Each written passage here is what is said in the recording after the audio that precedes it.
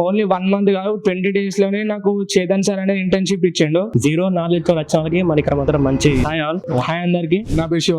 Reel చూసి ఎట్లా వచ్చారు, నేను కూడా సేమ్ అట్లే రీల్ చూసి వచ్చాను ఇక్కడికి. బ్లాక్ బర్డ్ మనకు మొత్తం చాలా యూజ్ అయింది అనుకుంటాను నేనైతే. నార్మల్ ఎడిటింగ్ నేర్చుకోవడం మనకి ఏదైతే కావాల్సిందో అది చక్ర సార్ కానీ చేతన్ సార్ కానీ చెప్పారు. ఎడిటింగ్ మీద జీరో నాలెడ్జ్. ఇక్కడికి వచ్చిన తర్వాత ఫ్రెండ్స్ మా 13 బ్యాచ్ అందరూ నన్ను బాగా సపోర్ట్ చేస్తారు. వాళ్ళు ఏది అడిగినా సరే డౌట్ చెప్పారు నాకు. జీరో నాలెడ్జ్ తో వచ్చిన వాళ్ళకి మన ఇక్కడ మాత్రం మంచి నాలెడ్జ్ పంపిస్తున్నారు.